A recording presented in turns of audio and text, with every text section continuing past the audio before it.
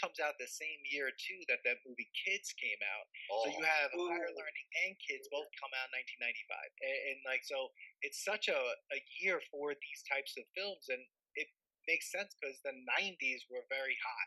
And what's so funny when I look at this film, I think this is like 4 years before Columbine takes place, which is, and you'll find out why that point is relevant as we get closer and closer into it, because, again, these are things that some people may say this could never happen, but Yeah. it does actually happen.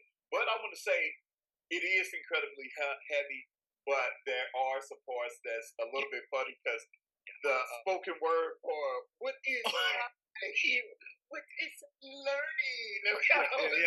Yeah. Oh my god! It was so weird because you had those moments, but it's funny being a poet, like and being an open mic and doing those things. I'm like, okay, yeah, I believe that. Like I've seen this guy, like I've seen this open mic guy, I've seen this poetry.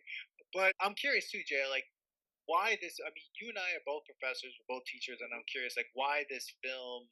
When I reached out and I was like, "Oh, let's do this," like, you were very like, "Let's do higher learning." Like, what is it about, even more deeply about, like, what this film does? And Because I do hip hop therapeutic writing, for the most part, I'm really looking at how do we heal? How do we use the power of writing to heal from historic traumas, family traumas, and that sort of thing. So, because I'm a strong believer, before we teach students like hard skills, like you need to know mathematics and networking and all of this stuff, we really have to get them to a place of being healed.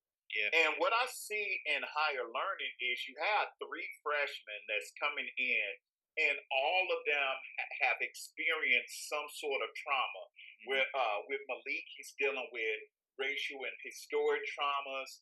With the character Remy, he is dealing with the trauma of poverty and living in a rural environment, and a lot of family work scripts. So he's trying to. I'm not trying to have my life in prison to a life of